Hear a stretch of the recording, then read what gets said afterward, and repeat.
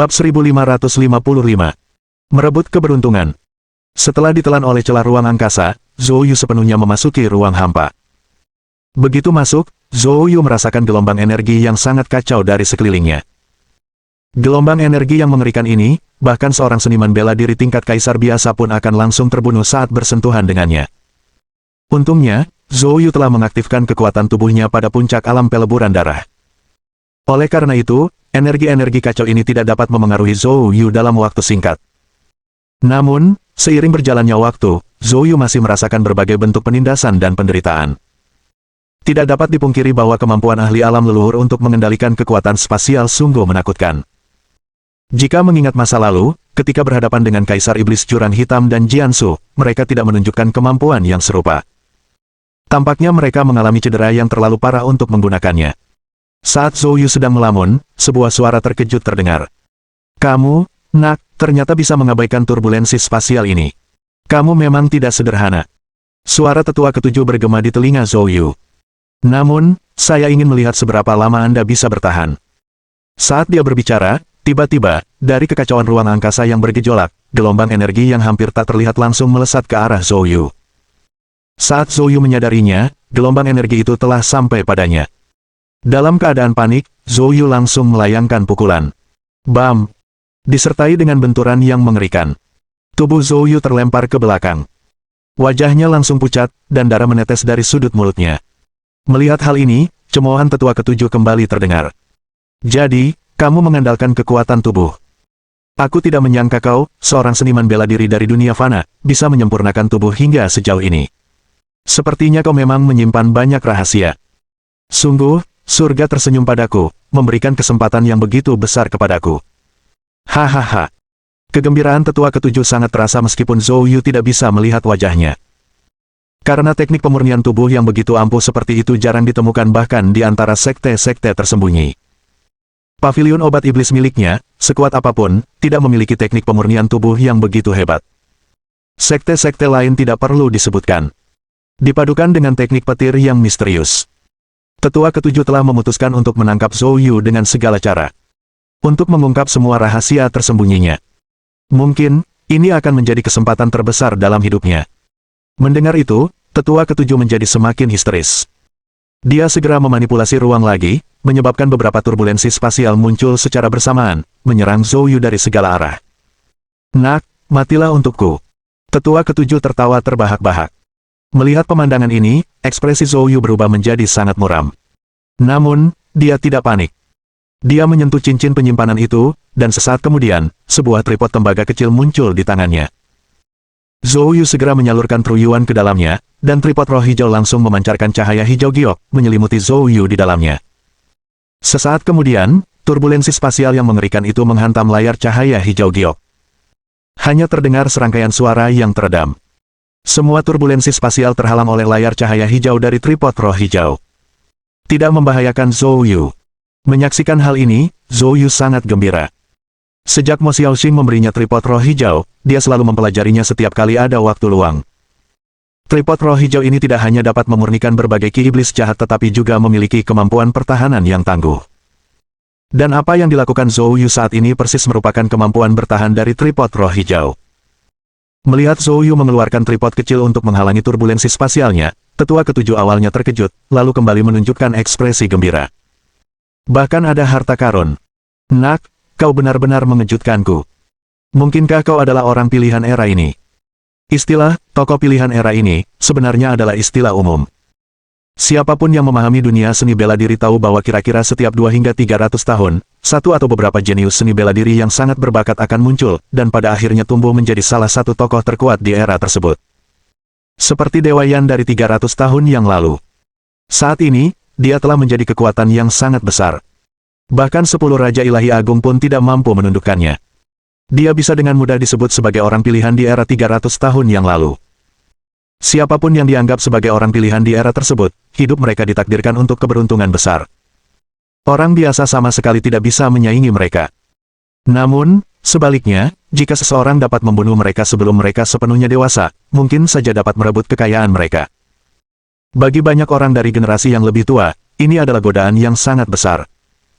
Dan sekarang, menyaksikan teknik dan harta karun luar biasa yang Zhou Yu perlihatkan satu demi satu, bersama dengan kekuatan tempurnya yang luar biasa. Tetua ketujuh yakin bahwa Zhou Yu adalah orang pilihan di era ini. Dan orang pilihan di era ini telah terjebak dalam celah ruang angkasa olehnya dan bisa terbunuh kapan saja. Kita hanya bisa membayangkan betapa gembiranya tetua ketujuh. Terlepas dari apakah kamu memang seperti itu atau tidak. Hari ini, aku harus membunuhmu. Wajah tetua ketujuh memerah karena kegembiraan dan ekspresinya berubah menjadi gila. Tanpa mengucapkan sepatah kata pun, dia sekali lagi bersiap untuk menyerang Zhou Yu. Namun, saat itu juga, Zhou Yu, yang tadinya bersikap defensif, tiba-tiba berbinar. Jadi, kau bersembunyi di sini. Akhirnya aku menemukanmu. Saat dia berbicara, pancaran pedang merah darah menyembur dari Zhou Yu, menembus beberapa turbulensi spasial, dan melesat menuju titik tertentu di kehampaan. Bab 1556. Dikeluarkan secara paksa. Wajah tetua ketujuh dari paviliun obat iblis berubah. Dia segera mengerahkan ki sejatinya untuk melawan. Namun, dia sangat meremehkan kekuatan serangan ini. Sistem pertahanan kekuatan spasial yang ia bangun hancur oleh serangan ini. Desir. Karena lengah, luka berdarah muncul di dada tetua ketujuh. Jika dia tidak menghindar dengan cepat, serangan ini mungkin akan langsung memutus tubuhnya. Pada saat itu, tetua ketujuh dari paviliun obat iblis merasa terkejut sekaligus marah. Sambil menelan obat pil, dia memanipulasi kekuatan spasial untuk melindungi dirinya sepenuhnya. Pada saat yang sama, dia menatap Zhou Yu. Barulah saat itu ia menyadari bahwa Zhou Yu kini memegang pedang panjang berwarna merah darah di tangannya. Melihat pedang ini, pupil mata tetua ketujuh dari paviliun obat iblis menyempit tajam. Dia merasakan aura haus darah yang sangat mengerikan terpancar dari pedang itu. Tidak diragukan lagi, pedang ini telah membunuh banyak individu yang sangat kuat. Di antara mereka, bahkan terdapat jejak aura para ahli alam leluhur. Tidak diragukan lagi, ini adalah harta karun lainnya. Namun, kali ini, tetua ketujuh tidak merasakan kegembiraan, hanya ketakutan. Apa asal-usul pedang ini? Bagaimana bisa hal itu begitu menakutkan? Mata tetua ketujuh dari paviliun obat iblis dipenuhi kengerian. Bagaimana Zhou Yu bisa memiliki pedang seberharga itu? Secara logika, seharusnya dia tidak mampu menaklukkan pedang ini. Pedang di tangan Zhou Yu adalah pedang fajar yang diberikan oleh Dewa Pedang Langit Darah. Saat ini, meskipun Zhou Yu tidak dapat melihat sosok tetua ketujuh, indera ilahinya telah mengunci aura tetua ketujuh. Pedang fajar di tangannya memancarkan gelombang resonansi pedang yang menakjubkan. Zhou Yu tidak menunda-nunda. Dia segera mengaktifkan domain pedang langit lapisan kedua, sepenuhnya menyalurkan kekuatan domain pedang ke pedang, lalu menebas dengan satu serangan. Berdengung. Di tengah kehampaan yang kacau, pancaran pedang berwarna darah yang mengerikan menghancurkan semua kekacauan ruang angkasa dan menebas ke arah tempat persembunyian tetua ketujuh dari paviliun obat iblis. Harus diakui bahwa pedang fajar layak menjadi pedang Dewa Pedang Langit Darah. Kekuatan pedang itu sendiri sudah cukup untuk menembus ruang angkasa. Selain itu, karena Dewa Pedang Langit Darah menggunakan pedang ini untuk membelah ruang kecil, menyegel Kaisar Iblis Jurang Hitam selama 10.000 tahun. 10.000 tahun ini telah membuat kemampuan ilahi pedang ini semakin kuat, terutama dalam hal menembus ruang hampa, menunjukkan kehebatan yang luar biasa. Terlebih lagi, berkat peningkatan Truyuan milik Zhou Yu, kekuatan serangan pedang ini menjadi 2 kali lipat. Ledakan. Meskipun tetua ketujuh dari paviliun obat iblis telah memasang lapisan pertahanan di sekelilingnya, dalam menghadapi serangan pedang fajar, semua perlindungan spasial ini hancur seketika seperti kertas. Tetua ketujuh dari paviliun obat iblis hanya bisa menyaksikan tanpa daya saat pedang itu menebas ke arahnya, membuatnya cukup takut sehingga ia segera mundur, nyaris saja berhasil menghindarinya.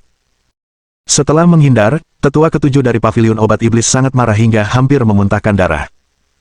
Para ahli alam leluhur dapat mengendalikan kekuatan spasial sampai batas tertentu, menyeret lawan ke dalam celah ruang angkasa untuk mencapai efek membunuh mereka.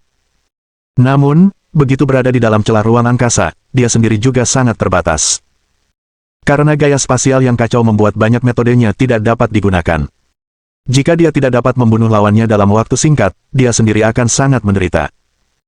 Apalagi Zhou Yu, anomali ini, seorang seniman bela diri alam kaisar, di tengah kekacauan ruang angkasa, tidak hanya tidak terluka secara fisik, tetapi juga memiliki kemampuan serangan balik yang kuat, malah menyebabkan tetua ketujuh dari paviliun obat iblis menghadapi bahaya yang mengancam jiwanya. Jelas terlihat bahwa taktik ini tidak lagi ampuh melawan Zhou Yu. Terlebih lagi, jika ini terus berlanjut, mungkin dialah yang akan mati. Menyadari hal ini, tetua ketujuh dari paviliun obat iblis meraung marah. Pergi dari sini, Pak Tua. Dengan raungan itu, Tetua ketujuh segera menggunakan kekuatan spasial untuk meledakkan Zhou Yu keluar dari celah ruang angkasa. Setelah pergumulan singkat, sosok Zhou Yu muncul kembali di atas keluarga Zhang. Melihat Zhou Yu muncul, anggota keluarga Zhang yang sebelumnya hampir putus asa langsung bersorak gembira. Yun Feifei juga meneteskan air mata bahagia. Jiang Xiu tertawa terbahak-bahak. Saudari, apa yang sudah kukatakan padamu? Tetua sialan dari paviliun obat iblis itu sama sekali tidak bisa berbuat apa-apa melawan Zhou Yu, si abnormal itu. Pada saat ini, setelah keluar dari celah ruang angkasa, Zhou Yu menenangkan diri dan mendapati bahwa tetua ketujuh dari paviliun obat iblis belum muncul. Jelas terlihat bahwa meskipun tetua ketujuh berhasil menghindari serangan fatal, serangan itu tetap berdampak padanya. Dia mungkin perlu beberapa penyesuaian sebelum bisa tampil. Hal ini memberi Zhou Yu kesempatan singkat. Dengan pemikiran itu, tatapan Zhou Yu langsung tertuju pada Gong Xuan dan para ahli alam kaisar yang dibawanya. Pada saat itu, Gong Xuan juga dipenuhi rasa tidak percaya. Ketika dia melihat Zhou Yu diseret ke dalam celah ruang angkasa, dia mengira Zhou Yu sudah pasti mati. Tanpa diduga, hanya beberapa menit kemudian, Zhou Yu muncul. Untuk sesaat, pikiran Gong Xuan dipenuhi dengan kutukan terhadap tetua ketujuh dari paviliun obat iblis. Pakar alam leluhur yang hebat. Bahkan tidak bisa menghadapi Zhou Yu. Sungguh sia-sia. Namun, saat dia sedang mengumpat, tiba-tiba, niat membunuh yang mengerikan tertuju padanya. Gong Xuan gemetar dan mendongak tajam, hanya untuk menemukan bahwa niat membunuh itu berasal dari Zhou Yu. Dia melihat Zhou Yu menatap mereka dengan senyum dingin, lalu sosoknya melesat saat dia menyerbu ke arah mereka. Melihat pemandangan ini, ekspresi wajah Gong Xuan berubah drastis. Dia mengalami sendiri kekuatan Zhou Yu. Belum lagi Zhou Yu baru saja menandingi tetua ketujuh. Dari mana dia akan mendapatkan keberanian untuk melawan Zhou Yu? Gong Xuan tidak ragu-ragu, dan langsung berteriak dengan tergesa-gesa. Berlari. Begitu mengatakan itu, dia berbalik dan lari duluan. Bab 1557. Bunuh Gong Xuan. Namun, meskipun Gong Xuan melarikan diri dengan panik pada saat pertama. Namun, dia belum berhasil keluar dari batas wilayah keluarga Zhang ketika dia bertabrakan langsung dengan bayangan. Gong Xuan mendongak, dan di saat berikutnya, wajahnya berubah menjadi sangat ketakutan. Zhou Yu, kau. Orang yang muncul di hadapan Gong Xuan adalah Zhou Yu. Pada saat itu, Zhou Yu tertawa dingin. Kepala keluarga Gong, karena Anda ada di sini. Tetap di sini. Setelah berbicara, Zhou Yu tidak membuang-buang kata lagi, dia langsung mengangkat tangannya dan menebas dengan pedang. Pada tubuh pedang fajar, pancaran pedang merah darah yang mengerikan langsung muncul, menebas langsung ke arah Gong Xuan. Pada jarak sedekat itu, niat membunuh yang mengerikan menjerumuskan Gong Xuan ke dalam keputusasaan yang mendalam. Dia bahkan tidak bereaksi ketika cahaya pedang berwarna merah darah menyapu tubuhnya. Desis. Tubuh Gong Xuan langsung terbelah menjadi dua. Menyaksikan pemandangan ini, mata Zhou Yu berbinar terkejut. Gong Xuan ini pada akhirnya adalah seorang ahli alam kaisar tingkat 9. Bagaimana mungkin dia bereaksi selambat itu? Tidak, itu tidak benar. Itu semua karena pedang fajar. Zhou Yu dengan saksama memperhatikan sesuatu yang aneh. Baru saja, ketika Gong Xuan diselimuti oleh pancaran pedang fajar, kesadarannya tampaknya terpengaruh, mengakibatkan keadaan linglung sesaat. Mungkinkah itu karena pedang fajar telah membunuh terlalu banyak ahli super, menyebabkan semacam mutasi yang tidak diketahuinya? Saat Zhou Yu sedang merenung dalam diam, sebuah peristiwa yang lebih aneh terjadi. Kedua bagian tubuh Gong Xuan seketika meledak menjadi bubuk darah, yang langsung dilahap oleh pedang fajar. Segera setelah itu, Zhou Yu mendapati bahwa kekuatan aneh menyebar dari badan pedang ke tangan kanannya dan kemudian ke seluruh tubuhnya. Dengan masuknya kekuatan yang menyeramkan ini, Zhou Yu merasakan aura kekerasan muncul dari dalam dirinya. Di bawah pengaruh aura kekerasan ini, niat membunuh yang mengerikan melonjak di hati Zhou Yu, membuatnya ingin membunuh dengan membabi buta. Namun di saat berikutnya, ledakan kekuatan petir meletus di dalam diri Zhou Yu, seketika memusnahkan energi dahsyat ini. Setelah itu, pikiran Zhou Yu kembali normal. Meskipun tidak terpengaruh, Zhou Yu tetap bermandikan keringat dingin. Apa yang baru saja terjadi? Jantung Zhou Yu berdebar kencang. Dia tiba-tiba teringat apa yang dikatakan Dewa Pedang Langit Darah saat menghadiahkan pedang itu. Pedang Fajar awalnya tidak seperti ini, hanya karena telah membunuh terlalu banyak ahli dari klan kegelapan dan telah disegel selama ribuan tahun, sehingga pedang tersebut terkikis oleh Ki Iblis dan benar-benar kehilangan bentuk aslinya. Saat itu, Zhou Yu mengingat kata-kata tersebut tetapi tidak mengambilnya ke dalam hati. Menurutnya, itu hanyalah sebuah pedang, tak peduli seberapa banyak perubahan yang terjadi, lalu kenapa? Namun kini tampaknya kejahatan pedang itu jauh melampaui pemahaman Zhou Yu. Tidak heran jika Dewa Pedang Langit Darah mengatakan hanya dialah yang mungkin mampu mengembalikan pedang itu ke keadaan semula. Dan pembunuhan Gong Xuan yang dahsyat oleh Zhou Yu membuat semua orang terkejut. Setelah sedikit terkejut, keluarga Zhang tentu saja sangat gembira. Namun, para ahli kekaisaran keluarga Gong lainnya merasa ketakutan. Mereka berpencar putus asa untuk melarikan diri, ingin meninggalkan tempat ini. Zhou Yu segera mengunci target pada salah satu aura mereka, berniat untuk mengejar dan membunuh. Namun pada saat itu, turbulensi dahsyat meletus di kehampaan, diikuti oleh teriakan marah. Dasar bajingan! Beraninya kau! Suara itu, tentu saja, berasal dari tetua ketujuh paviliun obat iblis. Baru saja, dia terkena tebasan pedang dari Zhou Yu secara langsung. Meskipun tidak terluka, dia agak terpengaruh. Setelah menstabilkan wujudnya dan mengendalikan celah ruang untuk muncul, dia mendapati bahwa Gong Xuan telah dibunuh oleh Zhou Yu. Hal ini membuat tetua ketujuh sangat marah. Setelah mengeluarkan raungan amarah, dia mengangkat tangannya untuk melayangkan pukulan telapak tangan ke arah Zhou Yu. Tanpa adanya hambatan turbulensi ruang angkasa, kekuatan penuh tetua ketujuh meledak. Telapak tangan ini tidak hanya mengandung ki sejati yang menakutkan, tetapi juga kehendak seni bela diri tingkat alam leluhur. Dalam sekejap, Zhou Yu mendapati dirinya dalam bahaya.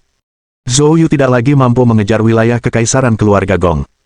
Dia segera menghunus pedangnya untuk membela diri. Bam! Dengan ledakan dahsyat, tubuh Zhou Yu langsung terlempar ke belakang. Di udara, dia memuntahkan seteguk darah. Melihat ini, wajah tetua ketujuh dari paviliun obat iblis semakin marah. Serangan telapak tangannya sudah menggunakan 80% kekuatannya, dan itu adalah serangan mendadak dari belakang. Namun, itu hanya membuat Zhou Yu muntah darah. Baginya, ini sungguh luar biasa. Bagaimana mungkin anak ini begitu aneh? Sebagai seorang kaisar tingkat pertama, mungkinkah dia sudah menyaingi alam leluhur? Saat itulah tetua ketujuh terkejut. Gelombang kekuatan petir yang mengerikan tiba-tiba meletus di atas kepala Zhou Yu. Dalam sekejap, langit yang sebelumnya cerah tiba-tiba tertutup awan badai yang tebal. Tetua ketujuh sangat terkejut. Dengan penglihatannya, jelas sekali bahwa cara seperti itu jauh melampaui ranah keterampilan bela diri. Ini adalah sebuah teknik. Itulah cara yang hanya dimiliki oleh para kultivator legendaris. Bagaimana mungkin anak ini? Pada saat itu, Zhou Yu tiba-tiba mengangkat tangannya. Di atas kepalanya, sebuah petir berwarna ungu tiba-tiba muncul. Petir itu, meskipun hanya setebal lengan bawah, memancarkan aura yang menghancurkan. Melihat ini, tetua ketujuh langsung menunjukkan ekspresi ngeri. Namun, gerakan tangannya tidak melambat. Kali ini, dia tak berani menahan diri sedikit pun dan mengerahkan seluruh kekuatannya. Dari tubuhnya, ki sejati melonjak keluar dan dalam sekejap, ki sejati itu mengeras, membentuk beberapa perisai ki sejati yang tebal untuk melindunginya. Ini adalah teknik yang hanya dimiliki oleh para ahli alam leluhur. Mengonsumsi ki sejati hingga batas maksimal akan melepaskan perisai pelindung yang lebih dahsyat daripada ki pelindung biasa. Saat dia menyelesaikan semua ini, suara Zhou Yu yang dingin dan penuh niat membunuh bergema. 9 langit, guntur ilahi menggelegar. Bab 1558. Membunuh leluhur. Diiringi suara Zhou Yu yang bernada menghakimi. Petir ungu di atas kepalanya langsung melesat ke arah tetua ketujuh. Hampir dalam sekejap, petir ungu ini diam-diam menghantam perisai pelindung geng tetua ketujuh. Saat itu juga terjadi. Berdengung. Seluruh ruang hampa itu seolah bergema dengan suara dengung. Seketika itu, terlihat bahwa sambaran petir ini langsung menembus perisai pelindung geng tetua ketujuh tanpa halangan. Menghantam dengan ganas ke tubuh tetua ketujuh. Pada saat itu, wajah tetua ketujuh menjadi pucat. Setetes darah menyembur keluar dari mulutnya. Matanya dipenuhi ketersenjingan. Dia tidak pernah membayangkan bahwa sambaran petir ini dapat mengabaikan perisai pelindung geng dan langsung menyerang roh primordialnya. Bagaimana ini mungkin? Diketahui bahwa kekuatan petir ini, meskipun sangat dahsyat, pada dasarnya terbentuk dari ki sejati. Karena berasal dari ki sejati, seharusnya serangan itu tidak dapat menembus perisai pelindung geng miliknya. Kecuali, tetua ketujuh memikirkan sebuah kemungkinan. Menurut catatan paviliun obat iblis, terdapat petir yang sangat misterius pada zaman kuno, yang disebut petir ilahi hukuman surgawi. Petir ini secara khusus menangkal energi iblis jahat, termasuk roh primordial jiwa yin. Konon petir ini bisa mengabaikan ruang, mengabaikan perisai, sungguh sangat luar biasa. Mungkinkah petir yang baru saja digunakan Zhou Yu adalah petir ilahi hukuman surgawi ini? Bagaimana ini mungkin? Petir ilahi hukuman surgawi ini sangat misterius pada zaman kuno, dan telah hilang selama hampir 10.000 tahun, bagaimana mungkin Zhou Yu memilikinya? Tetua ketujuh tidak bisa memahaminya. Namun, dia tidak punya waktu untuk berpikir lebih lanjut. Karena pada saat itu, roh primordialnya terluka, yang tentunya merupakan pukulan berat baginya. Sementara itu, Zhou Yu sudah menyerang ke arahnya dengan pedang. Jelas sekali, Zhou Yu tidak ingin memberinya kesempatan untuk bernapas. Zhou Yu sebenarnya berniat membunuhnya, sang ahli alam leluhur. Menyadari hal ini, tetua ketujuh menjadi marah dan terkejut.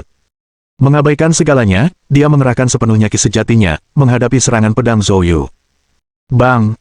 Disertai dengan ledakan dahsyat. Zhou Yu memuntahkan darah dan terlempar ke belakang.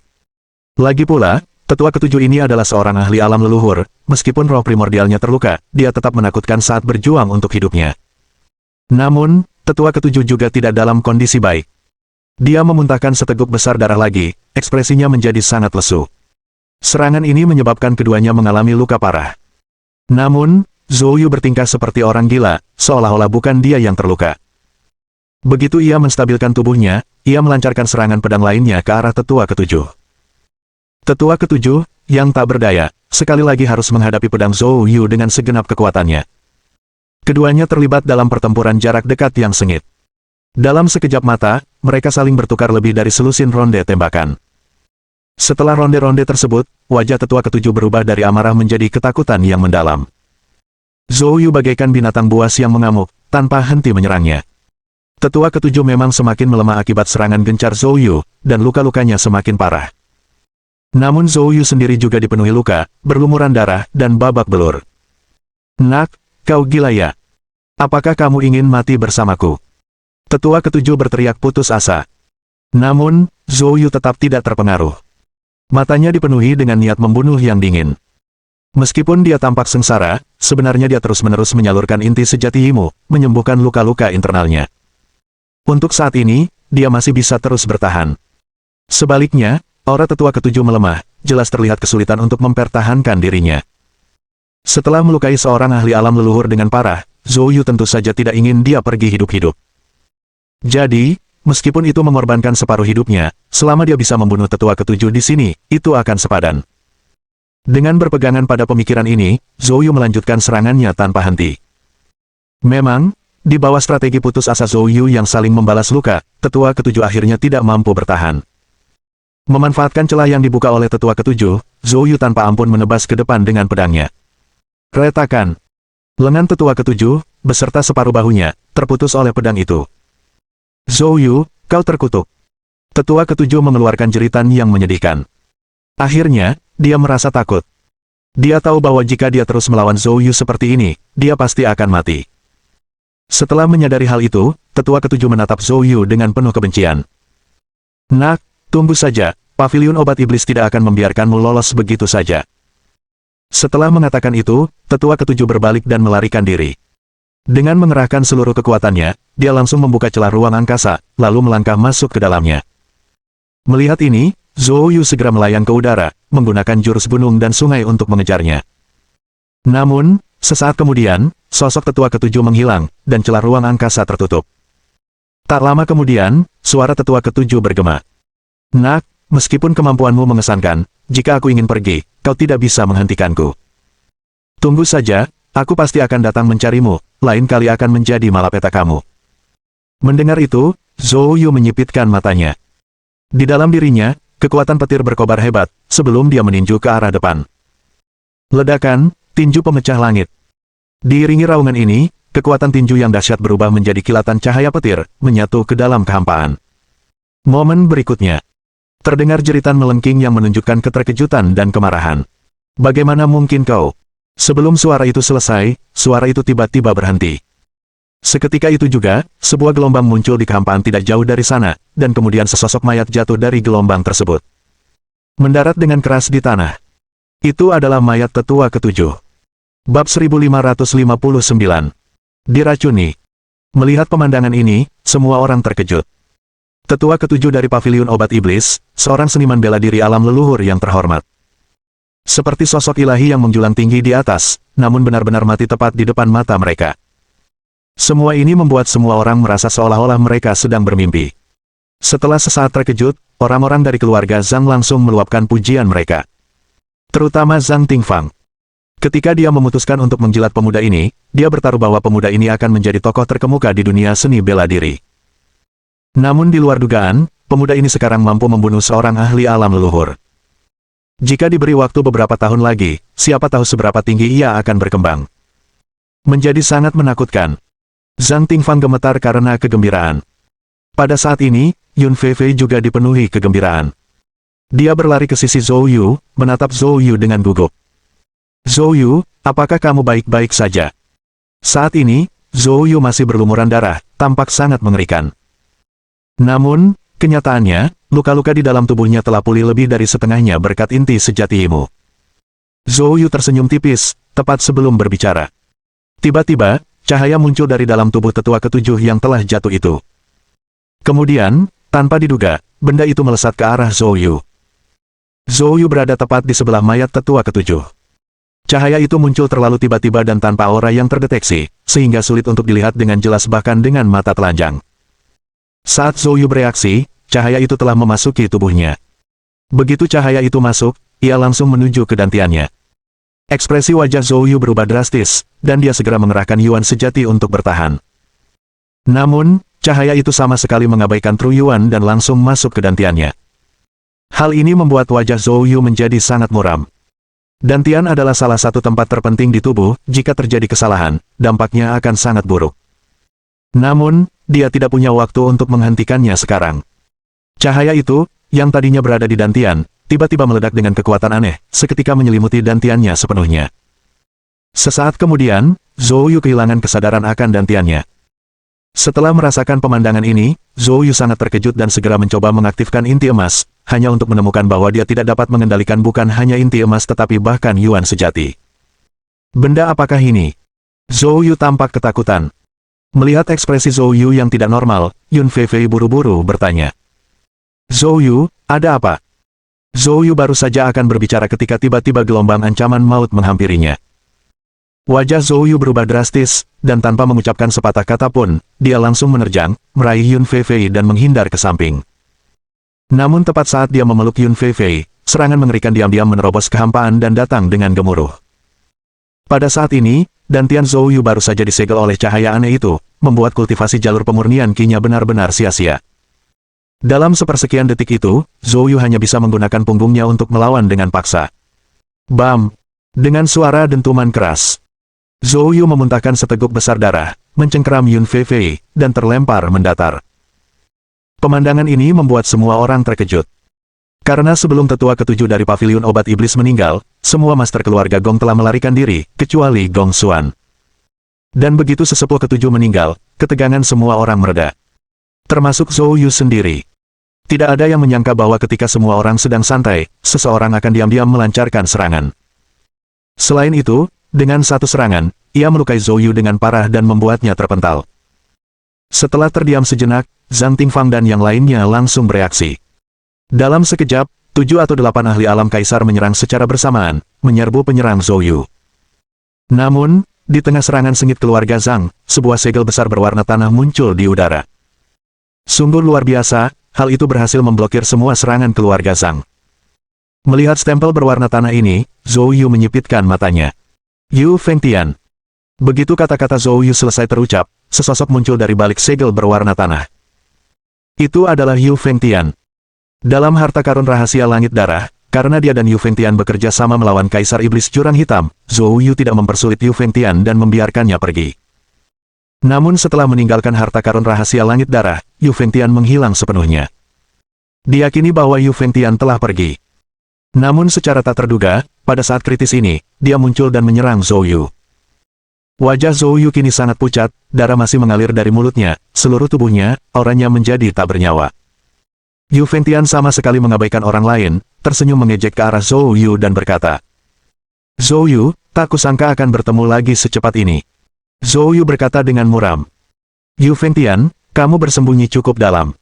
Benar-benar mampu menipu semua orang. Jelas sekali, bahkan tetua ketujuh pun tidak menemukan keberadaan Yu Fengtian. Jika tidak, dia tidak akan menghadapi Zhou Yu tanpa rasa khawatir. Yu Fengtian ini tampak semakin misterius. Yu Fengtian terkekeh dan berkata, "Ini hanya trik kecil. Tidak ada apa-apanya dibandingkan kekuatanmu yang luar biasa, bahkan mampu membunuh seorang ahli alam leluhur. Harus saya akui, itu benar-benar mencengangkan. Namun, sekarang setelah kamu terkena racun pengunci jiwa dunia bawah, pengalaman itu tidak menyenangkan, bukan?" Bab 1560. Master Pavilion Obat Iblis. Racun pengunci jiwa dunia bawah. Kilatan cahaya dingin terpancar dari mata Zhou Yu. "Yu Fengtian, apakah ini hasil karyamu?" Yu Fengtian terkekeh pelan dan berkata, "Saya tidak memiliki keahlian seperti itu. Ini adalah teknik rahasia unik dari Pavilion Obat Iblis, dan di seluruh pavilion, kurang dari 5 orang yang menguasainya. Kau agak kurang beruntung karena tetua ketujuh ternyata mengetahui kemampuan rahasia ini. Setelah diracuni, dantianmu akan disegel sementara, dan ki sejati tidak akan bersirkulasi. Seiring waktu, racun akan menyebar ke seluruh tubuhmu, akhirnya mengikis jiwa ilahimu, membuatmu mati dalam kesakitan yang luar biasa." Saat dia berbicara, Yu Fengtian tiba-tiba melancarkan serangan ganas ke arah Zhou Yu. Serangan itu datang begitu tiba-tiba sehingga bahkan Zhang Tingyu dan orang-orang lain yang berdiri di dekatnya tidak punya waktu untuk bereaksi. Namun, Zhou Yu menyadarinya. Yu Fengtian sudah pernah mengkhianatinya sekali, bagaimana mungkin dia tidak waspada? Meskipun dia tidak bisa menggunakan True Yuan saat ini, kekuatan tubuhnya tetap ada. Sambil menahan rasa sakit, Zhou Yu seketika mengerahkan seluruh ki dan kekuatan darah di dalam tubuhnya. Bang! Zhou Yu membalas serangan itu dengan pukulan, berbenturan langsung dengan serangan Yu Fengtian, menyebabkan fluktuasi void yang luar biasa. Setelah pukulan itu, rasa manis muncul di tenggorokan Zhou Yu, dan dia memuntahkan seteguk darah lagi. Dia sudah terluka sebelumnya, dan menggunakan ki dan kekuatan darahnya sekarang hanya memperparah lukanya. Pada saat itu, Zhang Tingfang dan yang lainnya akhirnya bereaksi. Mereka semua mengeluarkan raungan yang sangat keras. "Kau mencari kematian." Sembari mereka berbicara, Zhang Tingfang dan yang lainnya menyerang secara serentak, 7 atau 8 orang bergabung untuk menyerang Yu Fengtian. Melihat ini, ekspresi ketidaksabaran terlintas di mata Yu Fengtian. Jelas, dia telah melewatkan kesempatan untuk membunuh Zhou Yu. Namun Yu Fengtian tidak menyukai pertempuran yang berkepanjangan. Dia langsung mengaktifkan segel tanah tebal, melepaskan segel kuning tanah yang sangat besar yang memblokir semua serangan Zhang Tingfang dan yang lainnya. Kemudian, dalam sekejap, Yu Fengtian muncul di hadapan tetua ketujuh dari Pavilion Obat Iblis.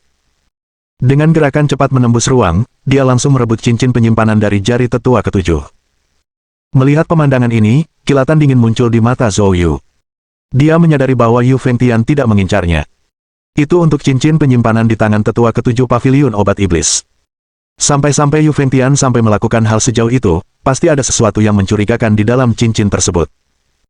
Zhou Yu segera mengeluarkan pil penyembuhan dan menelannya, menggunakan kekuatan obat tersebut untuk melesat secepat kilat ke arah Yu Fengtian, mengangkat tangannya untuk meninju dengan ganas. Melihat ini, Yu Fengtian mencibir. Setelah menarik kembali segel tanah tebal, dia langsung mengarahkan segel itu untuk menghantam Zhou Yu. Bang! Pukulan Zhou Yu menghantam segel tanah tebal dengan keras. Meskipun hal itu membuat segel besar itu terus bergetar, namun tidak berhasil menembus pertahanannya. Setelah memblokir serangan Zhou Yu, Yu Fengtian tidak membalas, melainkan menampilkan senyum penuh makna. "Zhou Yu, terima kasih telah membantuku mendapatkan barang ini. Namun, saya tidak punya waktu untuk berurusan dengan Anda sekarang. Karena kamu akan segera memiliki lawan baru. Semoga kamu bisa selamat." Setelah berbicara, Yu Fengtian mengaktifkan segel tanah tebal, yang mengeluarkan cahaya kuning menyilaukan. Setelah itu, sosoknya diselimuti cahaya kuning dan langsung lenyap ke dalam kehampaan. Yu Fengtian benar-benar kabur. Dan tepat ketika Yu Fengtian melarikan diri dalam sekejap mata, aura mengerikan tiba-tiba terpancar dari kejauhan. Begitu merasakan aura ini, wajah Zhou Yu menjadi pucat pasi.